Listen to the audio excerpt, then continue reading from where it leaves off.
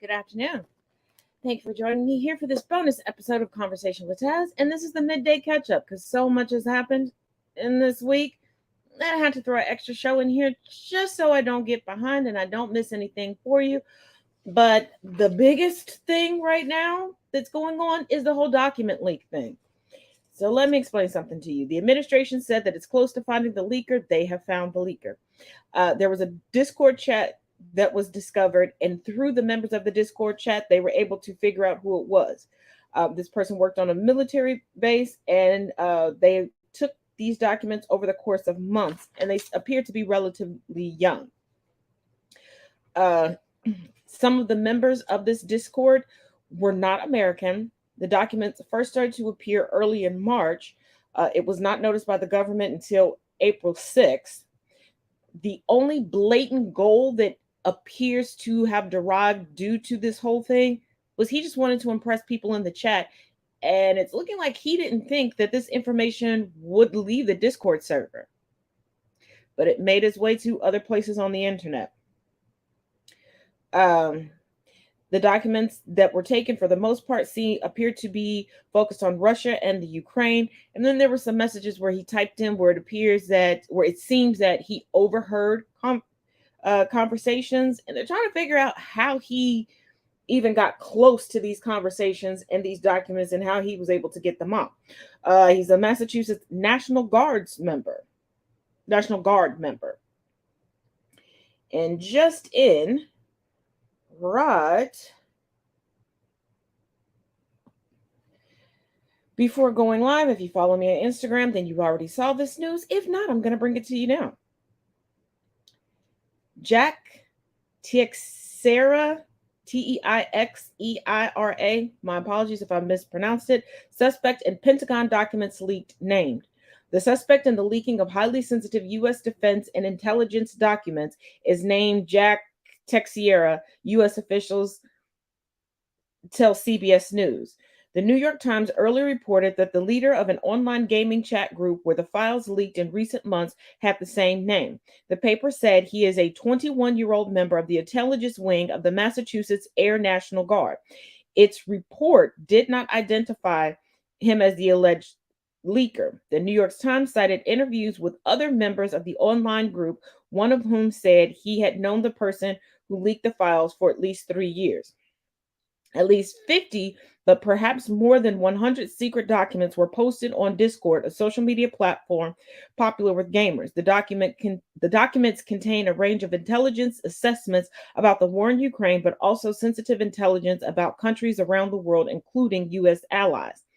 On Wednesday, the Washington Post published an interview with one of the members of the chat room where the documents initially appeared. He described the leaker as a young charismatic gun enthusiast in his early to mid-20s who works at an unnamed military base. The Post reported that the man was the leader of a Discord chat room, including roughly 24 members who swapped memes, offensive jokes, and idle chit-chat and prayed and watched movies together. Offensive and then child. The members included people from Russia and Ukraine and a number of other countries in Europe, Asia, and South America, the paper reported. At first, the leaks were kept inside the small chat room, but in early March, members began posting them on other Discord servers, including ones dedicated to the game Minecraft and a Filipino YouTuber. From there, they were posted on the fringe message board 4chan and on the Telegram chat app, particularly on pro-Russia channels. In some cases, they were altered to increase Ukrainian casualty counts. Now, it was stated mid-morning, early afternoon, that officials were getting close to identifying him and the arrest, and looks like, whoopsies, he's been found out. And all of this for a little online clout. I told y'all do anything for clout. Now, also, and breaking news today, before we get into everything else that we missed,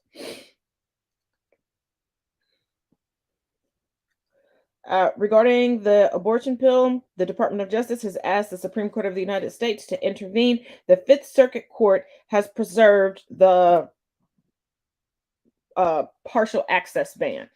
So unless it's expressly prescribed by a doctor, you can't use it. But coming from the OrlandoSentinel.com, former Nickelodeon star Drake Bell reported safe by Daytona police. Former Nickelodeon star Drake Bell, who starred on the show Drake and Josh, was reported missing and endangered Thursday morning by the Daytona Police Department, who updated their alert by the afternoon to say he is safe. At this time, we can confirm law enforcement officials are in contact and Mr. Bell is safe, reads a 1:26 p.m. update to a post on the police department Facebook page. Oops. Oh, come on. This is not the time for you to pop up ads.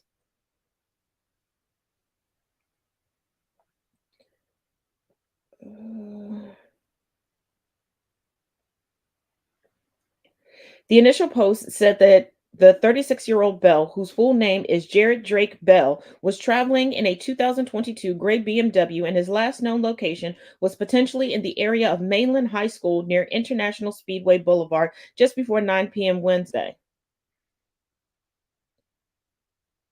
Given his history, it's not surprising that he was near a high school, even though I don't think he's legally allowed to be near a high school, but okay. He is considered missing and endangered, the post read, asking anyone with information to contact Detective Jason Wallace. Reaction on the post prompted DBPD to state, for those asking, this is a legitimate post from the Daytona Beach Police Department. If you have any information, please contact Detective Jason Wallace. The police spokeswoman Carrie McAllister said Thursday that the agency couldn't release any further information since it was part of an active investigation. Bell began acting as a child and was catapulted to fame as a teen with Nickelodeon's The Amanda Show and later Drake and Josh. The Nickelodeon show starring Bell and Josh Peck ran from 2004 until 2007 and was accompanied by 2 movies. Since then, Bell has mostly worked as a voice actor in addition to roles in little-seen TV series and movies. He also launched a music career. In 2021, Bell was charged with In 2021, Bell was charged with child endangerment relating to a girl who attended a 2017 concert of his in Cleveland when she was 15 and had met him online years before. I told y'all. He pleaded guilty to felony attempted child endangerment and a misdemeanor charge of disseminating matter harmful to juveniles and was sentenced to 2 years probation. Of course, probation. He was allowed to serve his probation and 200 hours of community service in California. Representatives for the 36-year-old actor did not immediately reply to the Associated Press's request for comment. Whew. So much. I told y'all. This is why I had to do a bonus show. Also, breaking news. If the world could just act right. This is coming from Reuters.com. Trump back in New York for questioning in state civil fraud case.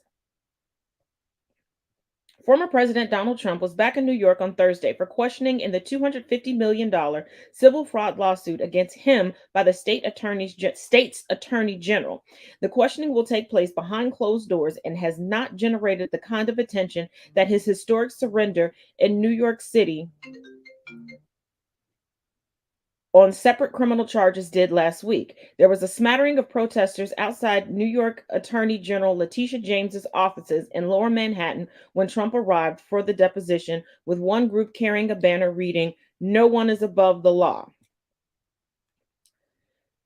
Trump, who is also seeking the Republican nomination for the 2024 presidential election, will be asked about his business practices. The lawsuit accuses him and others of a decade-long scheme to manipulate property values and his net worth to obtain favorable loans and tax benefits. The trial in the case is scheduled to begin October 2nd. Thursday's deposition could be used to try to discredit any testimony Trump may give at trial or be offered in the testimony. So yeah, there's a lot going on. Nothing is smelling fresh in Denmark right now.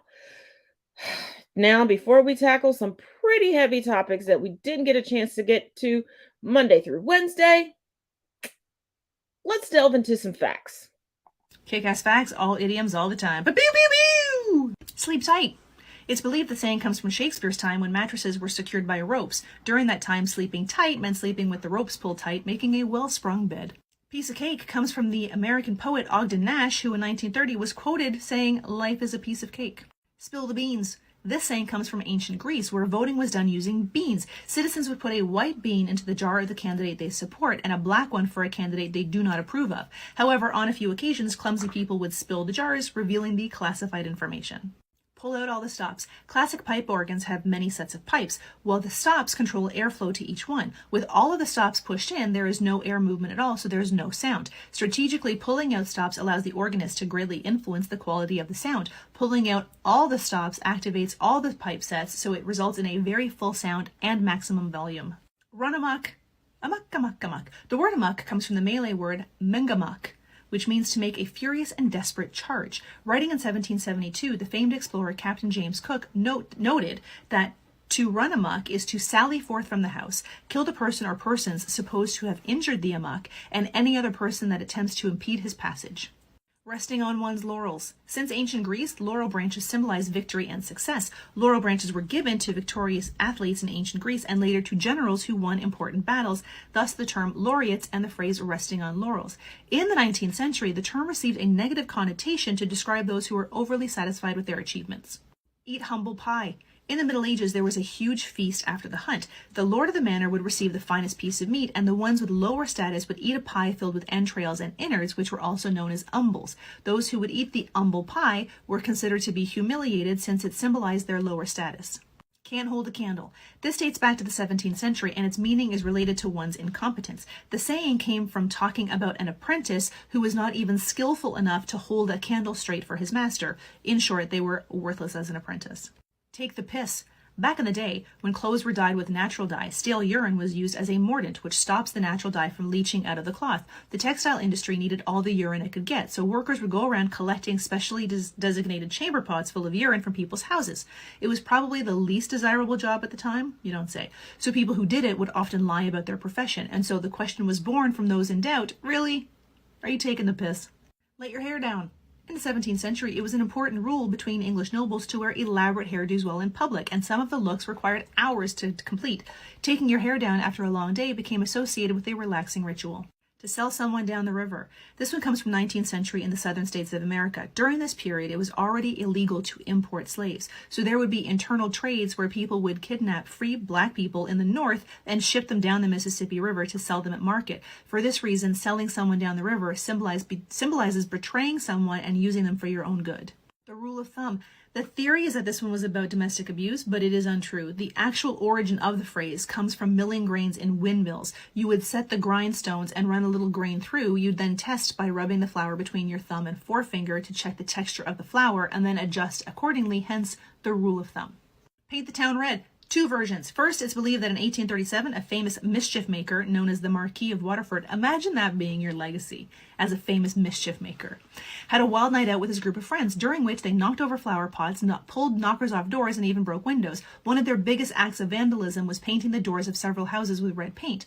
The other version says it might have originated from the brothels of the American West, where they referred to drunk men behaving as if the whole town was a red light district. More than you can shake a stick at. This was born when farmers who waved sticks at their herd of sheep had more sheep than they could control. Minding your P's and Q's also has a few theories as to its origin. One is the practice of chalking up a tab of drinks for later payment. The P refers to pints, the Q refers to quarts. Another has to do with the printing press. Lowercase p's and q's are mirror images, so typesetters had to be careful not to confuse the two letters when they were setting them up for press. Please as Punch. A puppet show starting in the 17th century called Punch and Judy featured a puppet named Punch who killed people and took great joy in doing so. He would feel very pleased with himself afterwards, which is where the saying please as Punch was born. If you have never seen the movie Dolls from the mid to late 80s, it's a B movie that is perfection. By and large is a phrase that's usually meant as a synonym for all things considered. It originates from the 16th century, where the word large meant a ship that was sailing with the wind at its back. Meanwhile, the word by meant the opposite, that they were sailing into the wind. The mariners used the phrase by and large to refer to sailing in all directions relative to the wind.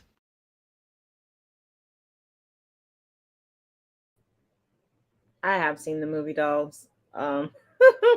I laugh at myself now as to how terrified I was as a child watching it. And no, don't blame my parents. They did not know when I originally saw the movie Dolls. Okay, it's one of those things. Me and my friend snuck and did in the middle of the night. But time to get into political news. So yesterday, there was an expulsion from the Arizona House of Representatives. Who was expelled? Liz Harris. Now, mind you, she has not been in office very long, but in a nutshell, she was expelled yesterday for inviting a conspiracy theory promoting speaker to a joint hearing, a joint session between the Arizona House and the Arizona Senate. Now, coming from the Associated Press, Arizona House expels GOP lawmaker over unproven claims. The Arizona House of Representatives on Wednesday expelled a Republican lawmaker who organized a presentation making unsubstantiated accusations that a wide range of politicians, judges, and political officials of both parties took bribes from a Mexican drug cartel. Representative Liz Harris, a prominent supporter of discredited election conspiracies, was kicked out of the legislature in a bipartisan vote after the presentation by an Arizona insurance agent. The lawmaker's ouster came a day after the House Ethics Committee determined Harris had engaged in disorderly behavior in violation of the chamber's rules. The committee's reports said Harris knew the person she invited to the legislative hearing in February would accuse her colleagues of criminal activity, that she took steps to hide it from House leaders ahead of time and then misled the committee investigating her actions. This comes down to the integrity, in my opinion, of this institution and us as leaders, said Representative David Livingston, a Republican who voted to expel Harris. This is not personal. Harris, who was sworn into her first term in January, did not speak ahead of the expulsion vote. Immediately afterwards, she carried boxes to her car, placed them in her trunk with the help of a handful of supporters, and left. She called the ethics report a lie. Honey, baby, boo boo, it wasn't a lie. It wasn't a lie. But let us not forget what I told you yesterday. Take what we learned in Tennessee. Just use it the appropriate way. From the lowest ranking politician to the highest ranking politician. There are checks and balances in here. If you all are going to scream about the Constitution, let the Constitution work for you. Y'all can cuss out little Becky down at Taco Bell for not giving you enough fire sauce. Yell at your politicians for not doing the job that you bestowed upon them. It's not that difficult. Now, here's another GOP politician. Well, here's another time where the GOP has been force-fed facts and not allowed to just have their gotcha moment sound bites. Here we go. No historic context. So I want to ask a series of questions to try to get my mind around the history behind things. So, for example, the chairman mentioned Iran's about to become a nuclear power. Oh my, how could that happen? Well, Mr. Secretary, was there an agreement, I don't know, anywhere that actually pushed back the nuclear development in Iran and, in fact, was working in all respects in terms of metrics? There was. It was called the JCPOA, and it put Iran's nuclear program in a box, as verified not only by international inspectors, but by our own intelligence community. Ah, I remember that now. And I seem to recall my friends on the other side of the aisle opposed it. And then what happened to that agreement that was working? The previous administration decided to leave the agreement. I'm sorry, Mr. Secretary, couldn't hear that. Yes, the previous administration decided to leave the agreement. The Trump administration. That's correct. Ah, okay. My. Afghanistan. I mean, terrible thing that happened in August of 2021, but did it have any antecedent? For example, was there anybody who said, we're going to negotiate in Doha with the Taliban and we're going to actually exclude the government of Afghanistan we're allegedly supporting? Did that happen? The previous administration negotiated an agreement with the Taliban that called for the withdrawal of all American forces from Afghanistan by May 31st of 2021, released 5,000 Taliban prisoners. And those terrorists that Mr. Wilson was concerned about. In addition, drew down our own forces over time to 2,500 when the present administration took office. And that was also, was that the Biden administration? As I said, that was the previous administration. Well, I'm sorry, did that have a name? The Trump administration. Trump administration, thank you, okay. Was there a president of the United States who said that he believed the word of, sociopath Vladimir Putin over his own intelligence community with respect to Russian interference in American elections? Did that happen? I recall press accounts to that effect, yes. And did that president have a name? I believe that was President Trump. Was there a president who denied javelins, critical part of the arsenal for Ukraine to defend itself before the war that began last February and March, over a political issue, trying to get dirt on a political opponent? Did that happen? Based on press accounts and testimony before Congress, I believe that it did, yes. And who was that? That was the previous president, President Trump. President Trump. Was there a president who disparaged NATO and said it was obsolete and we probably don't really need it anymore? Any president ever say that in the history of, since the founding 73 years ago of NATO? Based on public statements that I've read, yes, I believe that President Trump said that. And from your point of view as the current secretary, is NATO playing any kind of non-obsolete role in the current war in Europe? NATO is playing an absolutely essential, vital role in ensuring the security of Europe and deterring further aggression by Russia against Europe. Most of us kind of find, we're worried about the climate. Was there any kind of, international agreement on the climate accord that had every nation on Earth as a member except for two? That would be the Paris Agreement. And what happened to that? The United States at one point withdrew from the Paris Agreement. President Biden re-engaged us in Paris. And again, Mr. Blinken, did that president who withdrew from the Paris Climate Accord that had all countries on Earth but two, what was the name of that president who withdrew us from that? Again, in this case, the Trump administration withdrew from that agreement. Well, I just say we might all have cause to say lions, tigers, and bears, oh my, but it ain't about the Biden policies.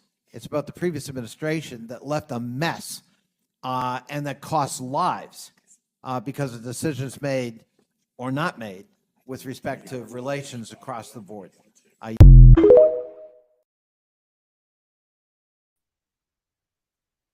Amazing what happens when the truth and the history that we're all able to sit here and watch unfold in real life is tossed back in their face. See, politics isn't meant to be about gotcha moments and sound bites. It's supposed to be about action. Because think about any other job on the planet, minus cops, because if you showed up every day and did everything but your job, how long would you last? If you wasted company dollars every chance you could to try to make yourself look good, how long would you last? Pretty sure for certain companies, the board of directors would have ousted you a long time ago. But their constituency just eats it up because they have a new planned protest. You're not going to believe this one, or maybe you will. So a bunch of Republican voters are now threatening to boycott voting if Donald Trump loses in 2024, saying that if he loses, they'll never vote again. This was after an interview with a bunch of Trump supporters in South Florida. So you're telling me that crazy people won't be voting for crazy politicians anymore if Donald Trump loses in 2024? That sounds amazing. Like, look, we're a democracy and everybody should make their voice heard. But if they're voting for people who want to destroy America like Donald Trump does, I can live with this.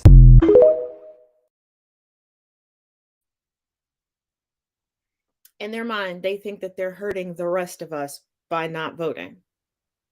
They already don't have the numbers to get their unpopular candidate in. With them not voting, there may be a chance for change. Won't stop them from arguing constantly and bootlicking for him, but hey, what can you do? What can you do? And speaking of Trump, even though DeSantis has yet to officially announce his campaign, he seems to be a little concerned about one thing, and this is coming from NBCnews.com. Ron DeSantis' team tries to stop Florida Republicans from endorsing Trump. The governor's team has reached out to at least 6 Florida congressional Republicans over the past week trying to stop the bleeding. Governor Ron DeSantis' political operation has started calling Republican members of the Florida congressional delegation to consolidate support after 4 members publicly backed Donald Trump in his 2024 presidential bid. Sources with 4 of the 6 members contacted by DeSantis' team shared the outreach with NBC News. Each requested anonymity to confirm the calls. As Trump continues to lead in the polls for the GOP presidential nomination, DeSantis is trying to stop defections in his own backyard ahead of his expected run. DeSantis has no endorsements from the 20 Republicans in the state congressional delegation. First of all,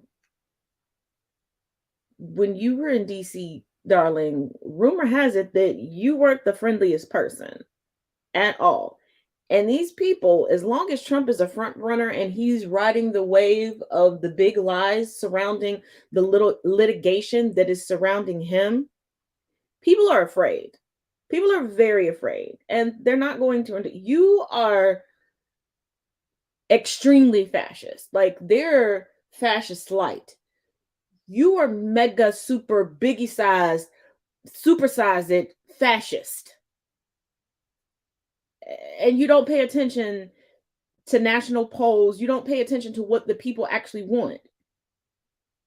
You're trying to be Hitler 2.0. But I digress. The effort started after Trump picked up the backing of Representative Byron Donalds, who has been a DeSantis ally.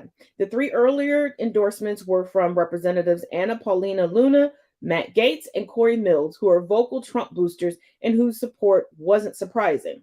Since Donalds came out for Trump, DeSantis' team has called at least 6 members of the Florida congressional delegation, asking that they hold off on making any endorsements in the near future. Dude, hurry up and announce your run for presidency. How are they endorsing you when you haven't officially thrown your hat in the ring? Oh, that's right. You're trying to work behind the scenes politically so that you don't have to step down as governor, but you also don't have to do your work as governor as you continue to campaign, as you've been doing for quite a few months now. Because you know there's a huge possibility you're not going to win, but you can't give up power. Who do you really think you're fooling? Your constituency.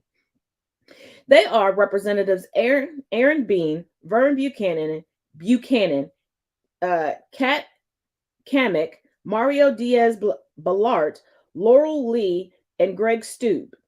Ryan Tyson, a longtime GOP pollster and mainstay in DeSantis' political orbit, has led the effort.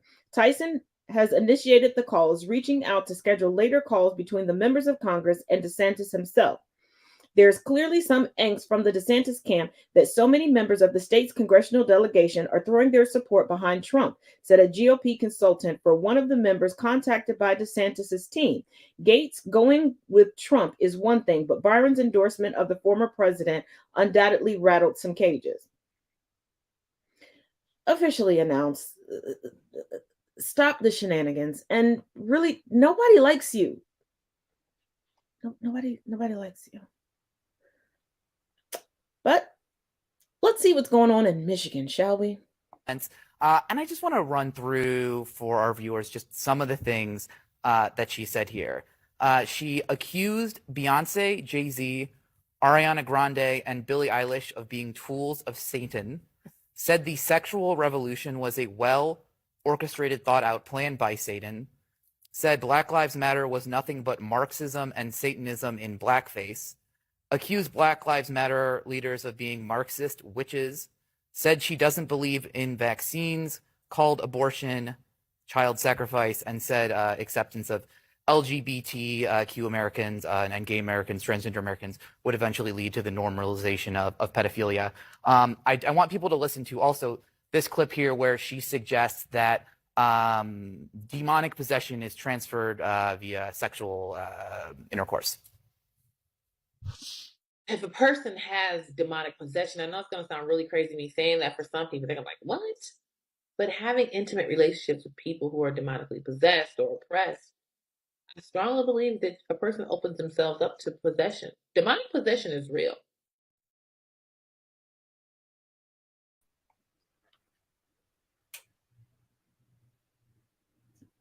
No, that is not a child. No, this is not make believe. No, this is not an SNL skit. This is real life. This is who's being voted into office. It is easier and more comfortable for them to believe crazed fantasies that are far more out there than anything that any level of science fiction could ever depict or come up with than actual facts. Anything to avoid looking in the mirror or looking at their family member, looking at their friend, or looking across the aisle and asking someone to hold accountability, because we have politicians that are trying to make excuses for why it should be legal for a 12-year-old to marry a grown-ass man. But Billie Eilish, Beyonce,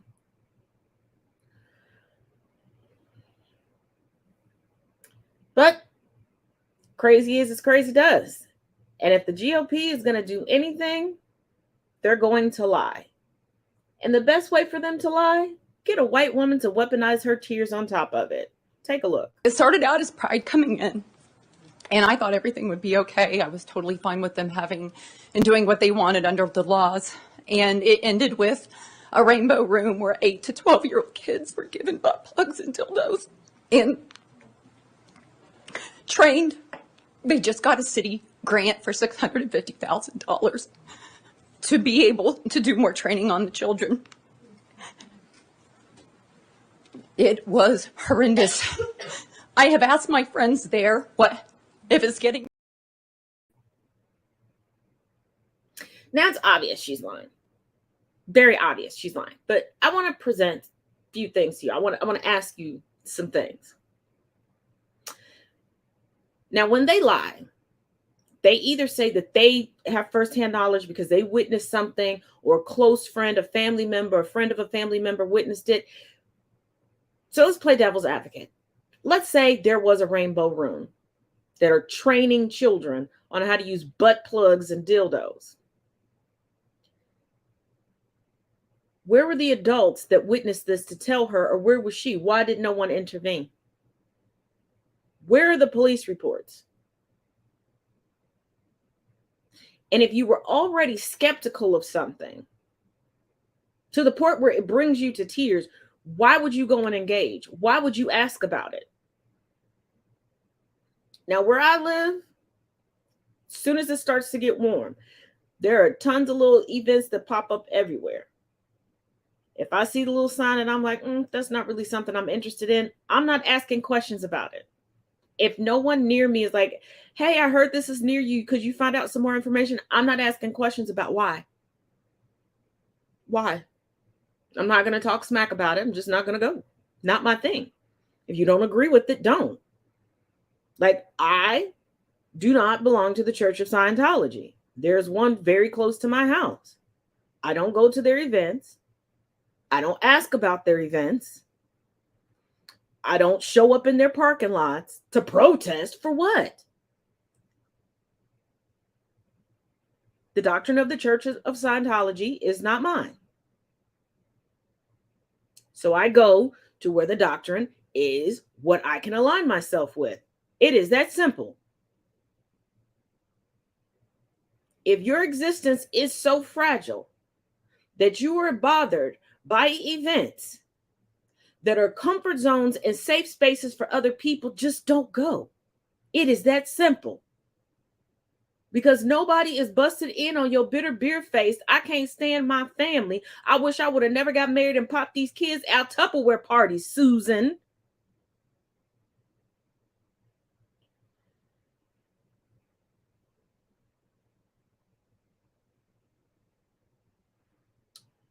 Now let's dig a little bit deeper into this Daniel Perry, Greg Abbott debacle. We're going to do just one story for tonight. On July 25th, 2020, former Army Sergeant Daniel Perry shot and killed Air Force veteran Garrett Foster. Perry was working an Uber shift when he came upon a Black Lives Matter protest that was blocking the road. He honked at the protesters, but when they didn't move, he drove his car into the crowd. And as he did that, you can see here, a crowd started to surround his vehicle. Now that there is Garrett Foster. Here's Garrett Foster earlier in the day with an AK-47 strapped to his chest. Texas is an open carry state. He was allowed to have this gun. Perry claims that Foster was pointing a gun at him, and so he rolled down his window and shot Foster in the chest 4 times.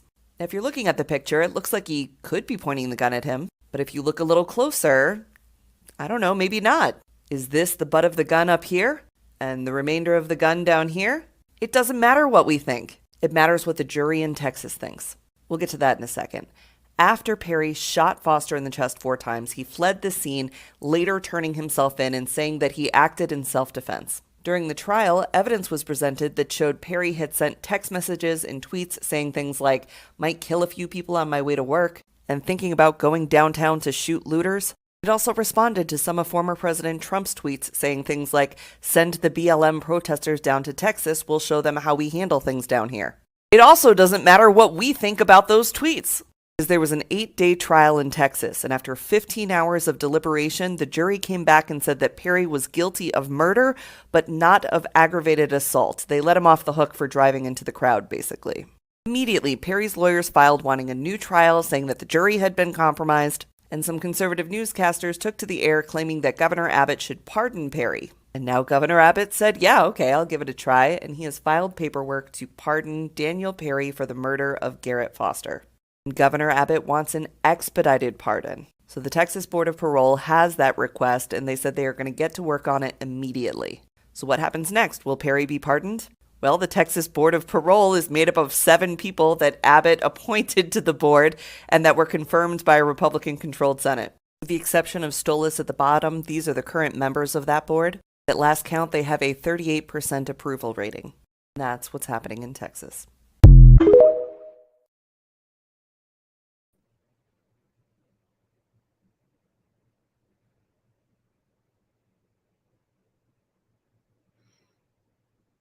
So should Perry receive a pardon, it's going to be far worse than what it was when Kyle Rittenhouse was found not guilty. See, everybody's saying, take a page from the French. When we do it, it's a problem.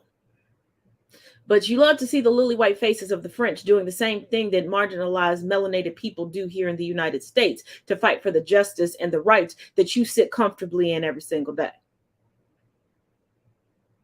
But now they're trying to intimidate us out of doing it. And you're sitting back allowing it. Once again, if you can cuss out Miss Margaret as she's just greeting you at Walmart, why can't you gather these politicians together? You're screaming at teachers not to indoctrinate children when they barely have enough time to put together a proper lesson plan, especially with the ever-changing bans of things that they can and cannot teach in schools with less than enough adequate supplies to do it, that you pay their salary, therefore they must do what you say. But the ones whose salaries you actually pay, you're,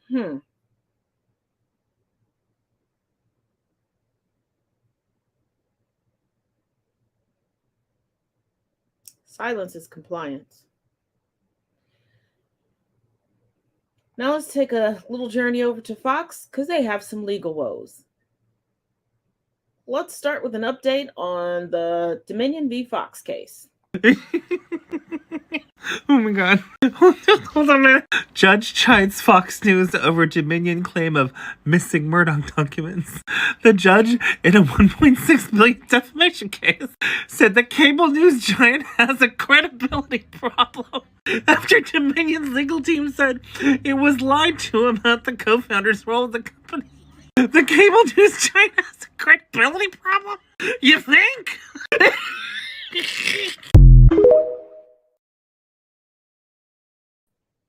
Yeah, they tried to lie about Rupert Murdoch's role in the company. It has gotten to the point where now shareholders are like, what's going on? And I think the shareholders know this is a case they can't get rid of, they can't pay off, and they can't win. So it looks like the shareholders are about to tuck tail and run. But that's not the only case.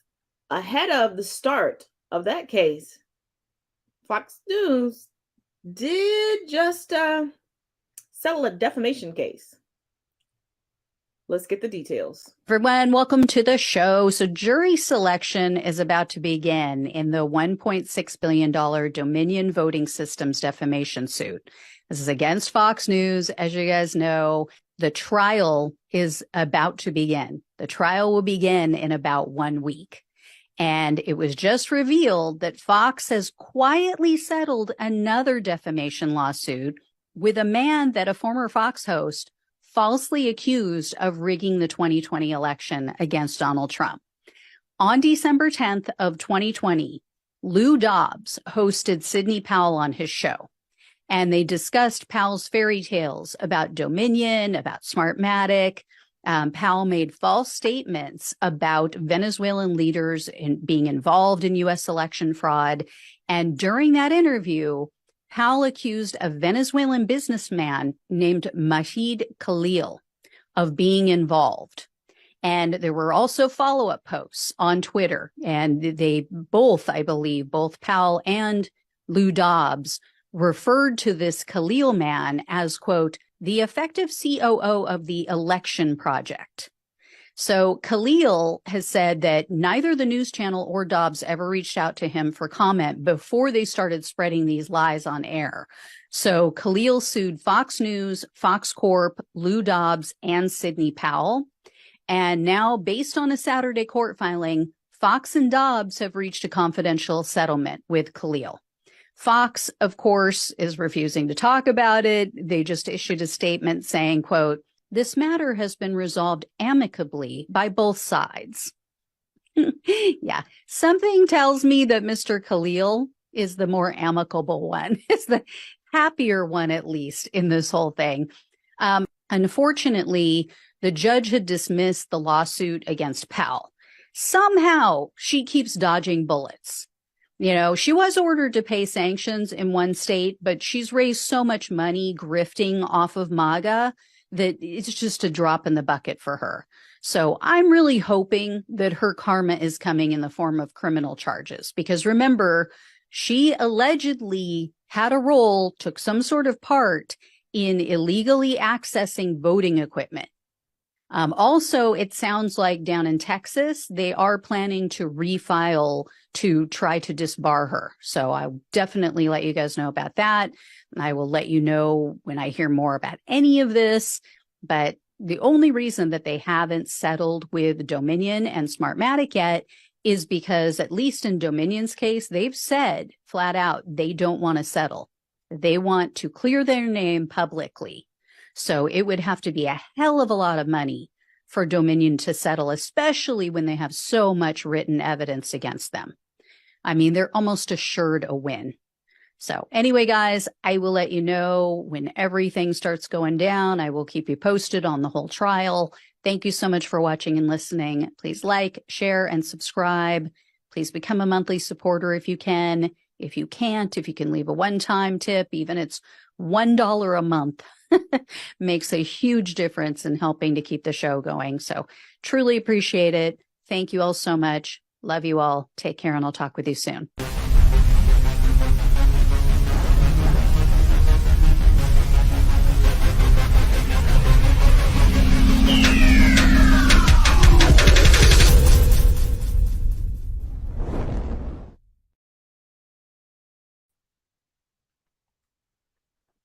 Now remember, Lou Dobbs was also let go from Fox News. So in the Dominion v. Fox case, he is the only person who's no longer currently employed by Fox that has been given the okay to testify.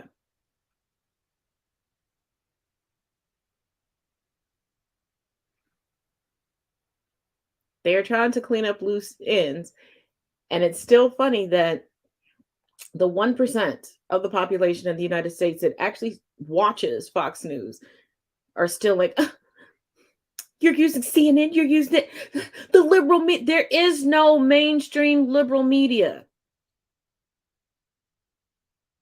It's just Fox lies. It's entertainment. All of these, maybe the Dominion case will give them a glimmer of clarity. I don't know. I really don't know. Now, there's an interesting statement that was made by a federal judge who is presiding over the case of a January 6th insurrectionist that I think you may want to hear. Pay close attention. Again, it's Scott McFarland in Washington, where a federal judge said something particularly provocative today. It might have just been speculation, might have just been his musings, but it was unmistakably noteworthy in his courtroom today. The judge is Paul Friedman, one of the senior judges here in Washington, who's handled other high-profile cases, including the case of John Hinckley, the attempted assassin of former President Reagan. Judge Friedman was sentencing Robert Sanford today. Sanford's a Capitol riot defendant from Delaware County, Pennsylvania. That's him there in that red circle. He's a retired firefighter who pleaded guilty and who the feds say threw a fire extinguisher at police January 6th and injured at least 2 officers in the process. Judge Friedman sentenced Robert Sanford to 52 months in prison, but what he said just before issuing the sentence was uniquely noteworthy. He talked about the future and the future risk, the need for future deterrence. The judge said in so many words, there are still people who believe the election was rigged. There are still people who support Donald Trump, though not many showed up at the court in Manhattan, the judge said. Then he added, we'll see what happens here at this court when the Justice Department moves in a few months, I suspect. Speculating about the possibility the former president could be prosecuted by the Justice Department right here in Washington, potentially in the next few months. A judge saying that in open court, speculative or otherwise, was unmistakably noteworthy. But I think here's what's critical. It paralleled another argument we heard today at sentencing. Retired U.S. Capitol Police Sergeant Aquilino Gonell, while asking for a strict, stern sentence against Robert Sanford, told the judge, there are concerns about a recurrence of January 6th again if too much leniency is shown the defendants, saying, among other things, that in his mind, if the judge were to set Robert Sanford free and Donald Trump called Sanford back to the Capitol, Sanford would go. As we get closer and closer to 2024, there's an increasing talk about the risk of recurrence in 2024 among some people in the courthouse. And today, it was a federal judge in open court with reporters in the room talking about a possible prosecution of Trump.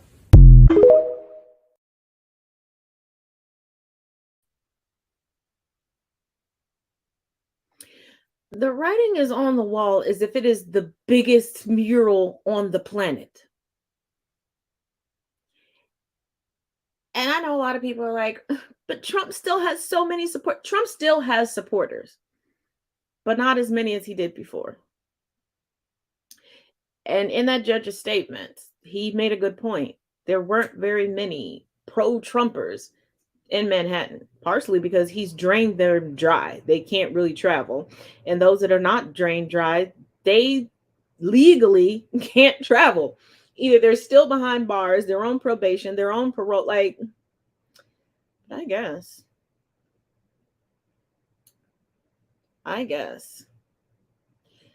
Now, let's get into some social commentary from around the web, starting with this very toxic Black manosphere. Buckle up. You want to know what's really wrong with the Black community? Is that the woman is out of her purpose and she's not a helpmeet no more. Yep. She's the enemy. She's more of an enemy than the white man ever has. She's more of an enemy than anybody in history has ever been to the Black community, because she's the very person that comes in with deceit and looks to use you and then disperse of you when she's done with you.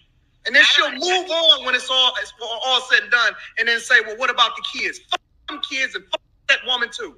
Throw the baby out with the bathwater, start the fuck over, get a whole new group of women, and then fix the community that way. This hateful little guy sounds a whole lot like this. Someone else, but I do want to stress this. There's nothing you can do outside of killing the Black women we have right now that will make any significant change in our society. Y'all hear that, sisters? Said there's nothing he can do outside of killing the Black women that they have right now to make a significant change in our society. He is advocating for the murder, for the genocide of Black women. This is a Black man. Once we see the root of evil, which is the black woman, we have to cut her out. You can't chastise her. You can't punish her. You can't discuss anything with her because she's made it blatantly clear that she does not care about you or your well-being or what's best for you. She does not care about the rightness or the wrongness of anything. So that's a lot to unpack there. These black men hate black women with all of their heart and soul. And it's sad because even that black man who is married to a black woman still hates black women. The shit that he is spewing is eerily similar to that same black man that was calling to unalive all black women, saying that black women are the enemy, that black women are supposed to be your helpmate, saying that black women are evil and black women are this and that and this and black women just use men. These are all talking points that harm black women. These are all talking points that trigger these incels. These are all talking points that get black women unalived. Men like that first man have the blood of black women on his hands. Being an author of 11 books, I understand one really hard truth. Words are powerful. Words influence people. And we're living in a time in a society where black women are unalived every 4 to 5 hours. And to add fuel to that already hateful flame is insane. It's hateful, it's despicable, and it's disgusting. That man should be ashamed of himself. And lastly, his wife should be terrified.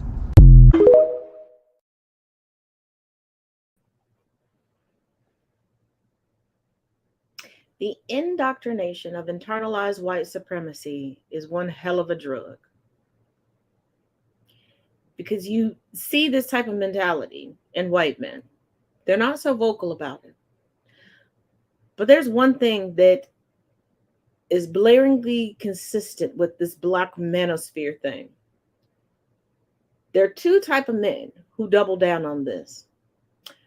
One are the men who refuse to work on themselves and take accountability and are pissed that they cannot attract, date, and eventually marry the women of their dreams. And they don't see what's wrong with themselves. They just become hateful. And the second are married men who married to settle, who didn't go after the woman that they're truly, or the person that they're truly attracted to, because they wanted to feed into the societal stereotypes that they preach about. So that sexy woman that they follow online is not who they marry. And they become resentful to the good Christian traditional woman that they married because she's not spicing it up the way that they want to. And I'm not just talking about in the bedroom. I'm talking all the way around. See, they want an independent woman for those days that they're down, or those times that they may get injured, they may get sick, and she needs to pick up the reins and be the head of the household for a little bit to keep the household moving forward. But they married somebody who sits back and waits for instruction every day. And instead of taking accountability for putting themselves into perpetual misery, who do they blame? Who do they blame? But out of the same breath, their mamas and grandmamas and great grandmamas were the greatest thing ever and was never married.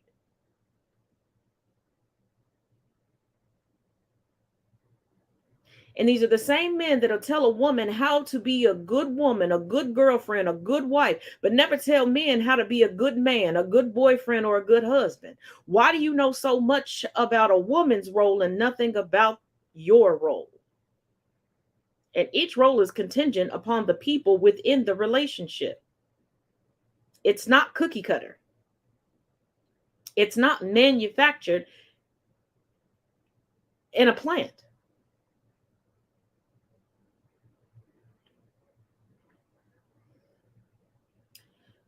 But hypocrisy creeps its way into most crevices of society. And here's yet another example of his hypocrisy and BS. You know, when you want to placate to the pick-me side of things and the conservative side of things, one must forget their past. no matter how recent it is. Take a look. I did not find Nick to be racist. My staff actually did not find him to be racist. Wait, he was talking to an Italian girl next to you and saying that she shouldn't have a black boyfriend. He doesn't believe in. See, I don't really want to go into like the race mixing stuff too much. No, but you just said he wasn't being racist, and I watched him be racist on your show. Well, I mean, to me, he says the same things that like there's a lot of people that think like that. But it doesn't make it less racist just because other people think it. He was really polite. He showed up on time. Like we just. Yeah. He also and honestly, he did a panel and he spoke about his opinions on race mixing, and a lot of people agreed with him. Okay, but that doesn't change whether it's racist or not, right? But what I'm getting Do you think it's racist to like, because I'm curious. Yeah. Do you think it's Go. racist like if I'm Irish and I say I want to date someone that's Irish? Do you think that's racist? No, but if I say to you, you're Irish, therefore you shouldn't date a black man, that is racist, yeah. Well, it's just, when he was talking about how he wanted to date an Italian woman. Like, he even said he wouldn't want to date a British girl, he'd want to date an Italian woman. So No, he's allowed to date who he wants, Yeah. but him telling your Italian friend she shouldn't be dating a black man, that's the racist part.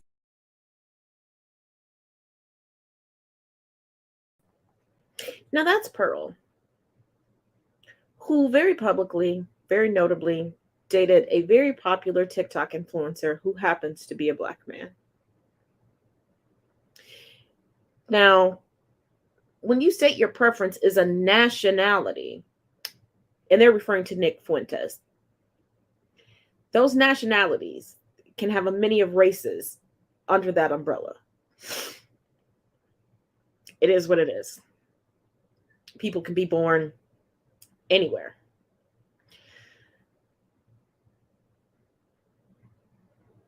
But she's in there deflecting by saying, well, he was polite. He was on time. He gave another panel. He did this. He did that. Sweetheart, you used to race mix. As if this is 1953 and not 2023. But see, she's trying so hard to placate to the conservatives as a pick-me. She cannot be her true, authentic self. She has to blame women for everything. She has to fat shame. She has to be okay with the conservative golden child being racist. And the most disturbing part is that was her friend that she sat quietly by. I watched the interview. I even played it on this show. As her friend was stuck to defend herself. And see, this is why pick-me's never get chosen. You have no loyalty. You're going to wherever you can get attention. But you're never what these men want. They'll say anything and beat their chest. And then go off and fall madly in love and give their whole world and dedicate everything to the women that they were high-fiving to you about being low vibrational, low value, and everything else. But I guess. Now, let's check in with TD Jakes. Now, before we get into this interview with TD Jakes, pay very close attention to this cloud software that was used to host this interview. That cloud software is called Rumble, and after we get through with this video, you're going to understand why this interview was incredibly problematic.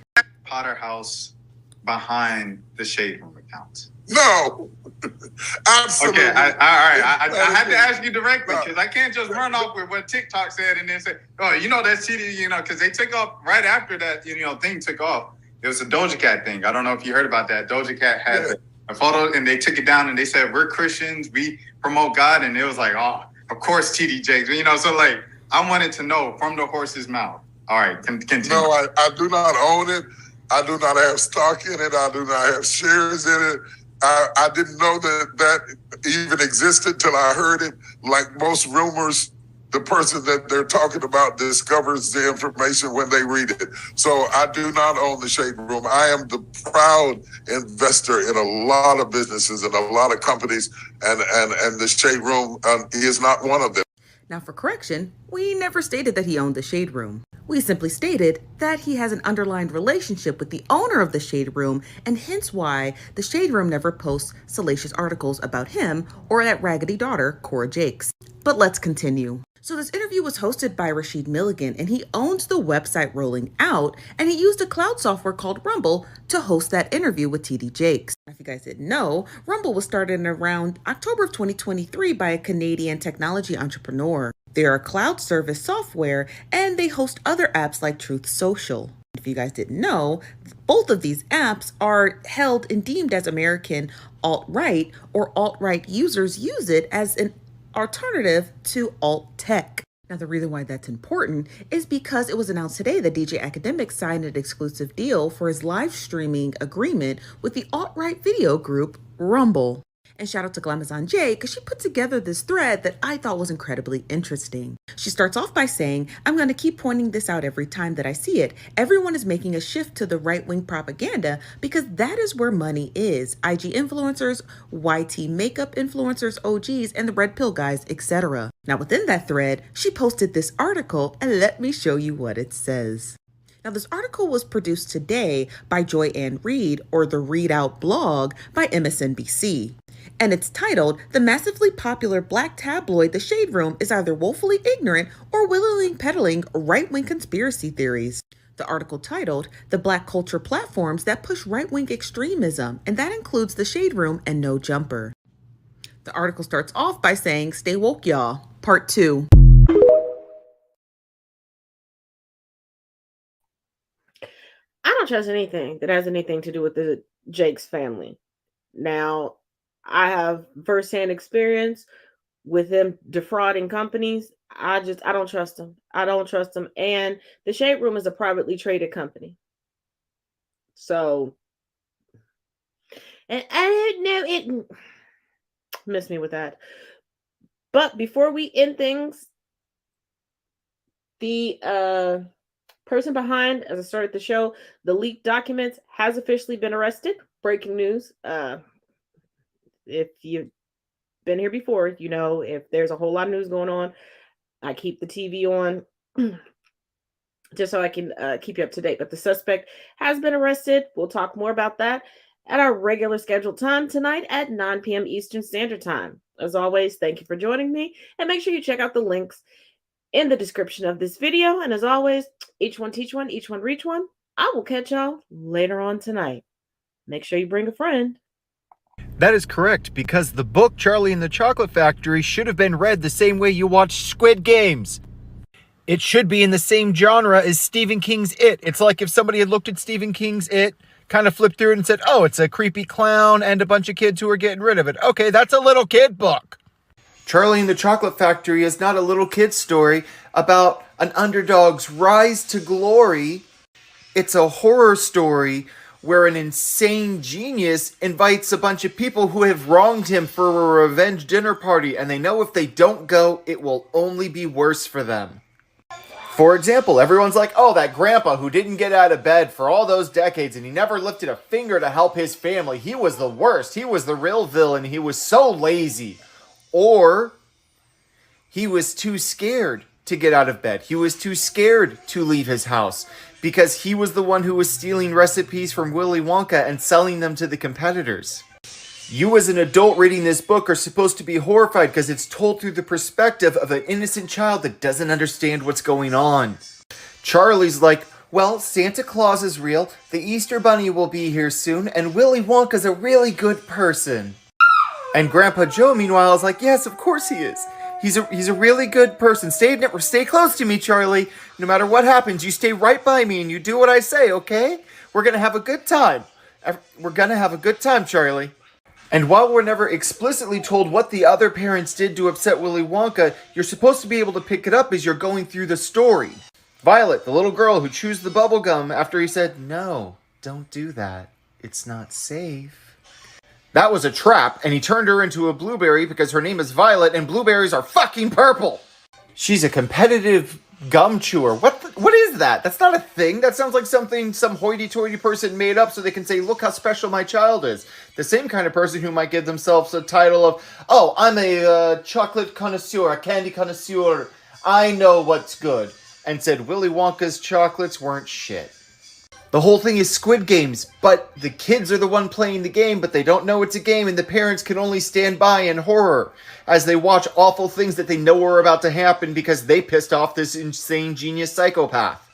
That's also why none of the parents actually intervene. The only person who isn't supposed to be there is Sugar Daddy, whatever his character's name was, the one who was trying to buy everything, including one of the Oompa Loompas. Can we take a moment to point out that not only were the Oompa Loompas slaves, but Daddy Bankroll was like, oh, I'm gonna buy one? That's why you get this impression for him that he's confused. He's like, what's going on? Why is everyone being weird? Well, this is Disneyland. I'm just trying to buy some souvenirs and have a good time with my kid. Anyhow, Netflix, if you're looking for a new Squid Games, Charlie and the Chocolate Factory, but with Saw horror movie. Seriously, it'll be great. People will love it. People will flock to it.